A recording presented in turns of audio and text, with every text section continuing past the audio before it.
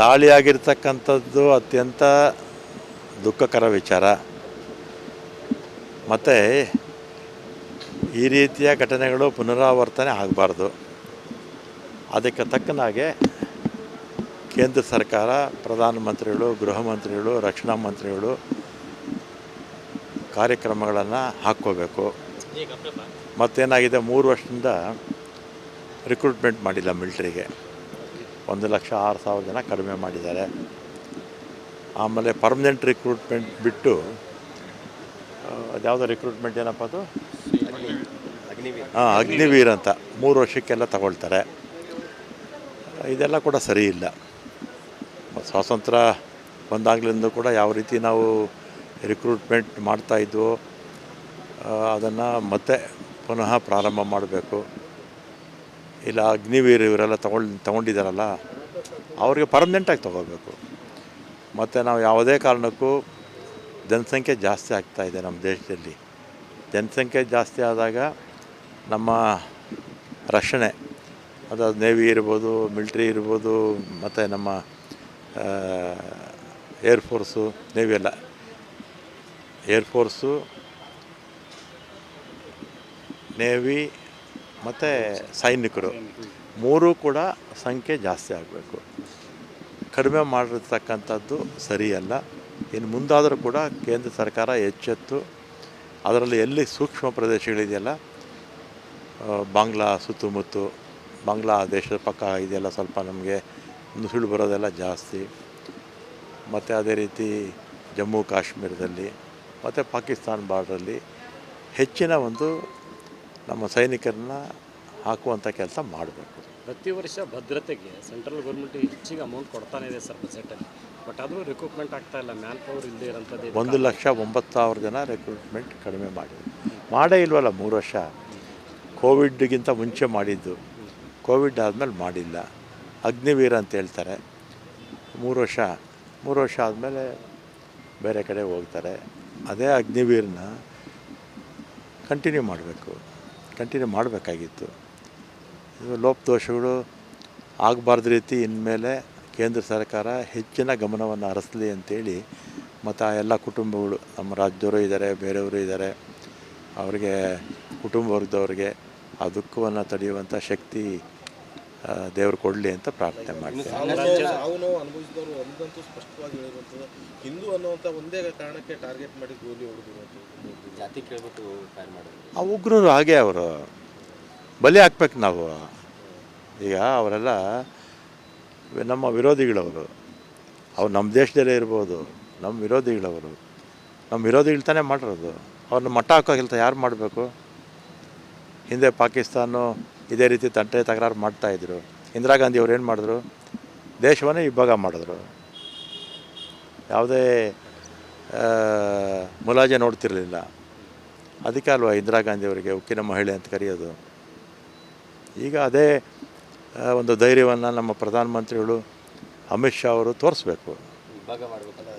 ಅಲ್ಲ, ಇಬ್ಬಾಗ ಅಂತಲ್ಲ, ಸೆದೆ ಬಡಿಯುವಂಥ ಕೆಲಸ ಮಾಡಬೇಕು. ಕೆಲಸವನ್ನು ಮಾಡಬೇಕು. ಈಗ 40 ಪುಲ್ವಾಮಾ ಘಟನೆ ಆಯ್ತಲ್ಲ, ಅಲ್ಲಿ ಮಿಲ್ಟ್ರಿಯವರು ಹೋಗುವಂಥ ಸಂದರ್ಭದಲ್ಲಿ ಯಾವ ವಾಹನಗಳು ಕೂಡ ಓಡಾಡಬಾರ್ದು, ರೆಸ್ಟ್ರಿಕ್ಷನ್ಸ್ ಇತ್ತು. ಆದರೆ ಪುಲ್ವಾಮಾ ಆಗೋಕ್ಕೆ ಮುಂಚೆ ಮಿಲ್ಟ್ರಿಯವರು ಓಡಾಡುವಾಗ ಸಾರ್ವಜನಿಕರು ಓಡಾಡ್ಬೋದು ಅಂತ, ಸಾರ್ವಜನಿಕ ವಾಹನಗಳು ಓಡಾಡ್ಬೋದು ಅಂತೇಳಿ ವಿತ್ಡ್ರಾ ಮಾಡಿಕೊಂಡ್ರು. ಪುಲ್ವಾಮಾ ಘಟನೆ ಆಯಿತು. ಅದಕ್ಕೆ ಮುಂಚೆ ಆ ರೀತಿ ಇರಲಿಲ್ವಲ್ಲ. ಮಿಲ್ಟ್ರಿಯವರು ಹೋಗೋವಾಗ ಯಾರಿಗೂ ಕೂಡ ಪರ್ಮಿಷನ್ನೇ ಕೊಡ್ತಿರಲಿಲ್ಲ. ಇದರಿಂದ ಭದ್ರತಾ ಲೋಪ ಆಗಿದೆ. ಅಲ್ಲಿ ಜಮ್ಮು ಕಾಶ್ಮೀರದಲ್ಲಿ ಮೊದಲಿಂದಲೂ ಕೂಡ 20-30 ವರ್ಷಗಳಿಂದಲೂ ಕೂಡ ಹೆಚ್ಚಿನ ಭದ್ರತೆಯನ್ನು ಒದಗಿಸ್ತಾಯಿದ್ರು. ಈ ಸ್ವಲ್ಪ ಏನಾಗಿದೆ, ಸಡಿಲ ಮಾಡಿದ್ದಾರೆ ಅನಿಸುತ್ತೆ. ಅದರಿಂದ ಆಗಿದೆ. ಅವರು ಮೂಲ ಎಲ್ಲಿದೆ ಅಥವಾ ಅವ್ರ ಹಿಂದೆ ಯಾರಿದ್ದಾರೆ ಅವ್ರನ್ನೆಲ್ಲ ಕೂಡ ಕಾನೂನು ಚೌಕಟ್ಟಲ್ಲಿ ಅವ್ರಿಗೇನು ಶಿಕ್ಷೆ ಕೊಡಬೇಕು ಅದನ್ನು ನಮ್ಮ ದೇಶ ಅಂದರೆ ಸರ್ಕಾರ ಕೊಡಬೇಕು. ಅಧಿಕೃತವಾಗಿ 3 ಜನ ಕನ್ನಡಿಗರು ಅದರಲ್ಲಿ ಸಾವಿಗೀಡಾಗಿದ್ದಾರೆ. ಆ ಸಾವಿನ ಸಂಖ್ಯೆ ಇನ್ನೂ ಹೆಚ್ಚಾಗಂತ ಸಾಧ್ಯತೆ. ಅದಕ್ಕೆ ನಮ್ಮ ಸಂತೋಷ್ ಲಾಡ್ ಅವರು ರಾಜ್ಯ ಸರ್ಕಾರದ ಪರವಾಗಿ ಅಲ್ಲಿ ಹೋಗಿದ್ದಾರೆ. ಹೋಗಿ ಅಲ್ಲೇನು ಆಗಬೇಕಾಗಿದೆ ಅದನ್ನೆಲ್ಲ ಕೂಡ ಮಾಡ್ತಾರೆ. ಕಾಂಗ್ರೆಸ್ ಸ್ಟ್ಯಾಂಡ್ ಇದೆ ಸರ್ ಈ ವಿಚಾರ. ಸದ್ಯ ಬಡಿಬೇಕು ನಮ್ಮ ವಿರೋಧಿಗಳನ್ನು. ಕಾಂಗ್ರೆಸ್ ಸ್ಟ್ಯಾಂಡು ಈ ದೇಶಕ್ಕೆ ಸ್ವಾತಂತ್ರ್ಯ ತಂದು ಕೊಟ್ಟಿದ್ದ್ಯಾರು? ಕಾಂಗ್ರೆಸ್ ಪಕ್ಷ ಅಲ್ವಾ? ಸ್ವಾತಂತ್ರ್ಯ ಈ ದೇಶವನ್ನು ಕಟ್ತಾರೆ ಯಾರು? ಕಾಂಗ್ರೆಸ್ ಪಕ್ಷ. ಕಾಂಗ್ರೆಸ್ ಯಾವತ್ತೂ ದೇಶದ ಪರ. ಒಂದು ಕಡೆ ಪಶ್ಚಿಮ ಬಂಗಾಳದಲ್ಲಿ ಆಂತರಿಕ ಸಂಘರ್ಷಗಳು ಅಲ್ಲಿ ಜೋರಾಗ್ತಾ ಇದೆ. ಈ ಈಗ ಇದೆಲ್ಲ ಏನಾಗಿದೆ, ಆಂತರಿಕ ಜಗಳಗಳಾಗೋದಕ್ಕೆ ಕೇಂದ್ರ ಸರ್ಕಾರ ಕೂಡ ಕಾರಣ. ಗವರ್ನರ್ಗಳನ್ನ ಎತ್ಕಟ್ಟೋದು, ಆಮೇಲೆ ED, IT, CBI ಇದನ್ನೆಲ್ಲ ಬಳಸ್ಕೊಂಡು ನಮ್ಮ ದೇಶದಲ್ಲಿ ರಾಜಕೀಯ ಪಕ್ಷಗಳನ್ನು, ರಾಜಕೀಯ ಮುಖಂಡರನ್ನು ಸದೆ ಬಡಿಯೋಕ್ಕೆಲ್ಲ ಪ್ರಯತ್ನ ಮಾಡೋದು, ಇದೆಲ್ಲ ಕೂಡ ಮಾಡೋಕ್ಕೆ ಹೋಗಬಾರ್ದು. ಎಲ್ಲೋ ಒಂದು ಕಡೆ ಸೇನಾ ನೇಮಕಾತಿನೂ ಕೂಡ ಕಾರಣ ಆಯ್ತಾ ಅಂತ ಸಹಜವಾಗಿ ಆಗುತ್ತೆ. ಆಮೇಲೆ ಜನಸಂಖ್ಯೆ ಜಾಸ್ತಿ ಆದಾಗ ನಮ್ಮ ಸೇನೆಯ ಇದು ಸಂಖ್ಯೆ ಕೂಡ ಜಾಸ್ತಿ ಆಗಬೇಕಲ್ಲ. ಕಡಿಮೆ ಮಾಡಿದ್ರೆ ಹೇಗೆ? ಕೇಂದ್ರ ಸರ್ಕಾರ ಈ ವೈಫಲ್ಯ ಆಗಿದೆ ಅಂತ ನಾನು ಹೇಳ್ತೀನಿ. ದಾಳಿಯಾಗಿರ್ತಕ್ಕಂಥದ್ದು ಅತ್ಯಂತ ದುಃಖಕರ ವಿಚಾರ. ಮತ್ತು ಈ ರೀತಿಯ ಘಟನೆಗಳು ಪುನರಾವರ್ತನೆ ಆಗಬಾರ್ದು. ಅದಕ್ಕೆ ತಕ್ಕನಾಗೆ ಕೇಂದ್ರ ಸರ್ಕಾರ, ಪ್ರಧಾನಮಂತ್ರಿಗಳು, ಗೃಹ ಮಂತ್ರಿಗಳು, ರಕ್ಷಣಾ ಮಂತ್ರಿಗಳು ಕಾರ್ಯಕ್ರಮಗಳನ್ನು ಹಾಕ್ಕೋಬೇಕು. ಮತ್ತೇನಾಗಿದೆ, 3 ವರ್ಷದಿಂದ ರಿಕ್ರೂಟ್ಮೆಂಟ್ ಮಾಡಿಲ್ಲ ಮಿಲ್ಟ್ರಿಗೆ. 1,06,000 ಜನ ಕಡಿಮೆ ಮಾಡಿದ್ದಾರೆ. ಆಮೇಲೆ ಪರ್ಮನೆಂಟ್ ರಿಕ್ರೂಟ್ಮೆಂಟ್ ಬಿಟ್ಟು ಅದ್ಯಾವುದೋ ರಿಕ್ರೂಟ್ಮೆಂಟ್ ಏನಪ್ಪ ಅದು, ಅಗ್ನಿವೀರ್ ಅಂತ 3 ವರ್ಷಕ್ಕೆಲ್ಲ ತಗೊಳ್ತಾರೆ. ಇದೆಲ್ಲ ಕೂಡ ಸರಿ ಇಲ್ಲ. ಸ್ವಾತಂತ್ರ್ಯ ಬಂದಾಗಲಿಂದ ಕೂಡ ಯಾವ ರೀತಿ ನಾವು ರಿಕ್ರೂಟ್ಮೆಂಟ್ ಮಾಡ್ತಾಯಿದ್ವೋ ಅದನ್ನು ಮತ್ತೆ ಪುನಃ ಪ್ರಾರಂಭ ಮಾಡಬೇಕು. ಇಲ್ಲ ಅಗ್ನಿವೀರ್ ಇವರೆಲ್ಲ ತಗೊಂಡಿದ್ದಾರಲ್ಲ ಅವ್ರಿಗೆ ಪರ್ಮನೆಂಟಾಗಿ ತಗೋಬೇಕು. ಮತ್ತು ನಾವು ಯಾವುದೇ ಕಾರಣಕ್ಕೂ ಜನಸಂಖ್ಯೆ ಜಾಸ್ತಿ ಆಗ್ತಾಯಿದೆ ನಮ್ಮ ದೇಶದಲ್ಲಿ. ಜನಸಂಖ್ಯೆ ಜಾಸ್ತಿ ಆದಾಗ ನಮ್ಮ ರಕ್ಷಣೆ, ಅದು ನೇವಿ ಇರ್ಬೋದು, ಮಿಲ್ಟ್ರಿ ಇರ್ಬೋದು, ಮತ್ತು ನಮ್ಮ ಏರ್ಫೋರ್ಸು, ನೇವಿ ಎಲ್ಲ, ಏರ್ಫೋರ್ಸು, ನೇವಿ ಮತ್ತು ಸೈನಿಕರು 3 ಕೂಡ ಸಂಖ್ಯೆ ಜಾಸ್ತಿ ಆಗಬೇಕು. ಕಡಿಮೆ ಮಾಡಿರ್ತಕ್ಕಂಥದ್ದು ಸರಿಯಲ್ಲ. ಇನ್ನು ಮುಂದಾದರೂ ಕೂಡ ಕೇಂದ್ರ ಸರ್ಕಾರ ಎಚ್ಚೆತ್ತು ಅದರಲ್ಲಿ ಎಲ್ಲಿ ಸೂಕ್ಷ್ಮ ಪ್ರದೇಶಗಳಿದೆಯಲ್ಲ, ಬಾಂಗ್ಲಾ ಸುತ್ತಮುತ್ತ, ಬಾಂಗ್ಲಾ ದೇಶದ ಪಕ್ಕ ಇದೆಲ್ಲ ಸ್ವಲ್ಪ ನಮಗೆ ನುಸುಳು ಬರೋದೆಲ್ಲ ಜಾಸ್ತಿ. ಮತ್ತು ಅದೇ ರೀತಿ ಜಮ್ಮು ಕಾಶ್ಮೀರದಲ್ಲಿ ಮತ್ತು ಪಾಕಿಸ್ತಾನ ಬಾರ್ಡ್ರಲ್ಲಿ ಹೆಚ್ಚಿನ ಒಂದು ನಮ್ಮ ಸೈನಿಕರನ್ನ ಹಾಕುವಂಥ ಕೆಲಸ ಮಾಡಬೇಕು. ಪ್ರತಿ ವರ್ಷ ಭದ್ರತೆಗೆ ಸೆಂಟ್ರಲ್ ಗೌರ್ಮೆಂಟ್ ಹೆಚ್ಚಿಗೆ ಅಮೌಂಟ್ ಕೊಡ್ತಾನೆ ಇದೆ ಸರ್ ಬಜೆಟಲ್ಲಿ. ಬಟ್ ಆದರೂ ರಿಕ್ರೂಟ್ಮೆಂಟ್ ಆಗ್ತಾ ಇಲ್ಲ, ಮ್ಯಾನ್ ಪವರ್ ಇಲ್ಲದೆ ಇರೋಂಥದ್ದು. 1,09,000 ಜನ ರಿಕ್ರೂಟ್ಮೆಂಟ್ ಕಡಿಮೆ ಮಾಡೇ ಇಲ್ವಲ್ಲ 3 ವರ್ಷ. ಕೋವಿಡ್ಗಿಂತ ಮುಂಚೆ ಮಾಡಿದ್ದು, ಕೋವಿಡ್ ಆದಮೇಲೆ ಮಾಡಿಲ್ಲ. ಅಗ್ನಿವೀರ ಅಂತ ಹೇಳ್ತಾರೆ, 3 ವರ್ಷ ಆದಮೇಲೆ ಬೇರೆ ಕಡೆ ಹೋಗ್ತಾರೆ. ಅದೇ ಅಗ್ನಿವೀರನ್ನ ಕಂಟಿನ್ಯೂ ಮಾಡಬೇಕಾಗಿತ್ತು. ಲೋಪದೋಷಗಳು ಆಗಬಾರ್ದು ರೀತಿ ಇನ್ಮೇಲೆ ಕೇಂದ್ರ ಸರ್ಕಾರ ಹೆಚ್ಚಿನ ಗಮನವನ್ನು ಹರಿಸಲಿ ಅಂತೇಳಿ, ಮತ್ತು ಆ ಎಲ್ಲ ಕುಟುಂಬಗಳು, ನಮ್ಮ ರಾಜ್ಯದವರು ಇದ್ದಾರೆ, ಬೇರೆಯವರು ಇದ್ದಾರೆ, ಅವರಿಗೆ ಕುಟುಂಬ ವರ್ಗದವ್ರಿಗೆ ಆ ದುಃಖವನ್ನು ತಡೆಯುವಂಥ ಶಕ್ತಿ ದೇವರು ಕೊಡಲಿ ಅಂತ ಪ್ರಾರ್ಥನೆ ಮಾಡ್ತೀನಿ. ಸಾವು ನೋವು ಅನುಭವಿಸಿದವರು ಒಂದಂತೂ ಸ್ಪಷ್ಟವಾಗಿ ಹೇಳಿರುವಂಥದ್ದು, ಹಿಂದೂ ಅನ್ನುವಂಥ ಒಂದೇ ಕಾರಣಕ್ಕೆ ಟಾರ್ಗೆಟ್ ಮಾಡಿ ಗೋಲಿ ಹೊಡೆದಿರುವಂಥದ್ದು, ಜಾತಿ ಕೇಳ್ಬಿಟ್ಟು ಫೈರ್ ಮಾಡೋದು. ಆ ಉಗ್ರರು ಹಾಗೆ ಅವರು ಬಲಿ ಹಾಕ್ಬೇಕು ನಾವು. ಈಗ ಅವರೆಲ್ಲ ನಮ್ಮ ವಿರೋಧಿಗಳವರು, ಅವ್ರು ನಮ್ಮ ದೇಶದಲ್ಲೇ ಇರ್ಬೋದು, ನಮ್ಮ ವಿರೋಧಿಗಳು ತಾನೇ ಮಾಡಿರೋದು. ಅವ್ರನ್ನ ಮಟ್ಟ ಹಾಕೋ ಕೆಲಸ ಯಾರು ಮಾಡಬೇಕು? ಹಿಂದೆ ಪಾಕಿಸ್ತಾನ ಇದೇ ರೀತಿ ತಕರಾರು ಮಾಡ್ತಾಯಿದ್ರು. ಇಂದಿರಾ ಗಾಂಧಿ ಅವ್ರು ಏನು ಮಾಡಿದ್ರು? ದೇಶವನ್ನೇ ಇಬ್ಬಾಗ ಮಾಡಿದ್ರು. ಯಾವುದೇ ಮುಲಾಜೆ ನೋಡ್ತಿರಲಿಲ್ಲ. ಅದಕ್ಕೆ ಅಲ್ವಾ ಇಂದಿರಾ ಗಾಂಧಿ ಅವರಿಗೆ ಉಕ್ಕಿನ ಮಹಿಳೆ ಅಂತ ಕರೆಯೋದು.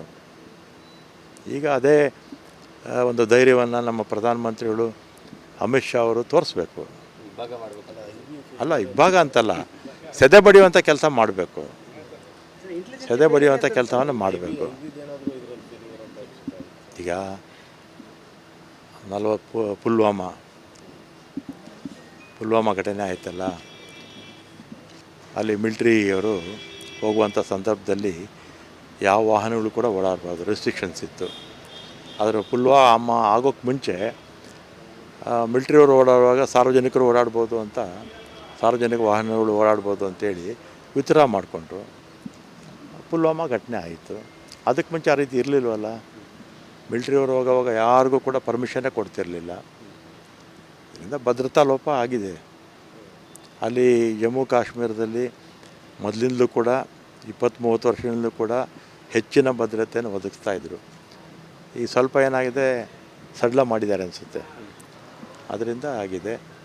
ಅವರು ಮೂಲ ಎಲ್ಲಿದೆ ಅಥವಾ ಅವ್ರ ಹಿಂದೆ ಯಾರಿದ್ದಾರೆ ಅವ್ರನ್ನೆಲ್ಲ ಕೂಡ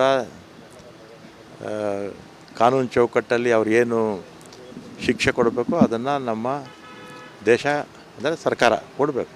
ಅಧಿಕೃತವಾಗಿ 3 ಜನ ಕನ್ನಡಿಗರು ಅದರಲ್ಲಿ ಸಾವಿಗೀಡಾಗಿದ್ದಾರೆ. ಆ ಸಾವಿನ ಸಂಖ್ಯೆ ಇನ್ನೂ ಹೆಚ್ಚಾಗಂಥ ಸಾಧ್ಯತೆ. ಅದಕ್ಕೆ ನಮ್ಮ ಸಂತೋಷ್ ಲಾಡ್ ಅವರು ರಾಜ್ಯ ಸರ್ಕಾರದ ಪರವಾಗಿ ಅಲ್ಲಿ ಹೋಗಿದ್ದಾರೆ. ಹೋಗಿ ಅಲ್ಲೇನು ಆಗಬೇಕಾಗಿದೆ ಅದನ್ನೆಲ್ಲ ಕೂಡ ಮಾಡ್ತಾರೆ. ಕಾಂಗ್ರೆಸ್ ಸ್ಟ್ಯಾಂಡ್ ಇದೆ ಸರ್ ವಿಚಾರ. ಸದ್ಯ ಬಡಿಬೇಕು ನಮ್ಮ ವಿರೋಧಿಗಳನ್ನು. ಕಾಂಗ್ರೆಸ್ ಸ್ಟ್ಯಾಂಡು ಈ ದೇಶಕ್ಕೆ ಸ್ವಾತಂತ್ರ್ಯ ತಂದುಕೊಟ್ಟಿದ್ದಾರು ಕಾಂಗ್ರೆಸ್ ಪಕ್ಷ ಅಲ್ವಾ. ಸ್ವಾತಂತ್ರ್ಯ ಈ ದೇಶವನ್ನು ಕಟ್ತಾರೆ ಯಾರು? ಕಾಂಗ್ರೆಸ್ ಪಕ್ಷ. ಕಾಂಗ್ರೆಸ್ ಯಾವತ್ತೂ ದೇಶದ ಪರ. ಒಂದು ಕಡೆ ಪಶ್ಚಿಮ ಬಂಗಾಳದಲ್ಲಿ ಆಂತರಿಕ ಸಂಘರ್ಷಗಳು ಅಲ್ಲಿ ಜೋರಾಗ್ತಾ ಇದೆ. ಇದೆಲ್ಲ ಏನಾಗಿದೆ, ಆಂತರಿಕ ಜಗಳಗಳಾಗೋದಕ್ಕೆ ಕೇಂದ್ರ ಸರ್ಕಾರ ಕೂಡ ಕಾರಣ. ಗವರ್ನರ್ಗಳನ್ನ ಎತ್ಕಟ್ಟೋದು, ಆಮೇಲೆ ED, IT, CBI ಇದನ್ನೆಲ್ಲ ಬಳಸ್ಕೊಂಡು ನಮ್ಮ ದೇಶದಲ್ಲಿ ರಾಜಕೀಯ ಪಕ್ಷಗಳನ್ನು, ರಾಜಕೀಯ ಮುಖಂಡರನ್ನು ಸದೆ ಬಡಿಯೋಕ್ಕೆಲ್ಲ ಪ್ರಯತ್ನ ಮಾಡೋದು, ಇದೆಲ್ಲ ಕೂಡ ಮಾಡೋಕ್ಕೆ ಹೋಗಬಾರ್ದು. ಎಲ್ಲೋ ಒಂದು ಕಡೆ ಸೇನಾ ನೇಮಕಾತಿನೂ ಕೂಡ ಕಾರಣ ಆಯ್ತಾ ಅಂತ ಸಹಜವಾಗಿ ಆಗುತ್ತೆ. ಆಮೇಲೆ ಜನಸಂಖ್ಯೆ ಜಾಸ್ತಿ ಆದಾಗ ನಮ್ಮ ಸೇನೆಯ ಇದು ಸಂಖ್ಯೆ ಕೂಡ ಜಾಸ್ತಿ ಆಗಬೇಕಲ್ಲ. ಕಡಿಮೆ ಮಾಡಿದ್ರೆ ಹೇಗೆ? ಕೇಂದ್ರ ಸರ್ಕಾರ ಈ ವೈಫಲ್ಯ ಆಗಿದೆ ಅಂತ ನಾನು ಹೇಳ್ತೀನಿ.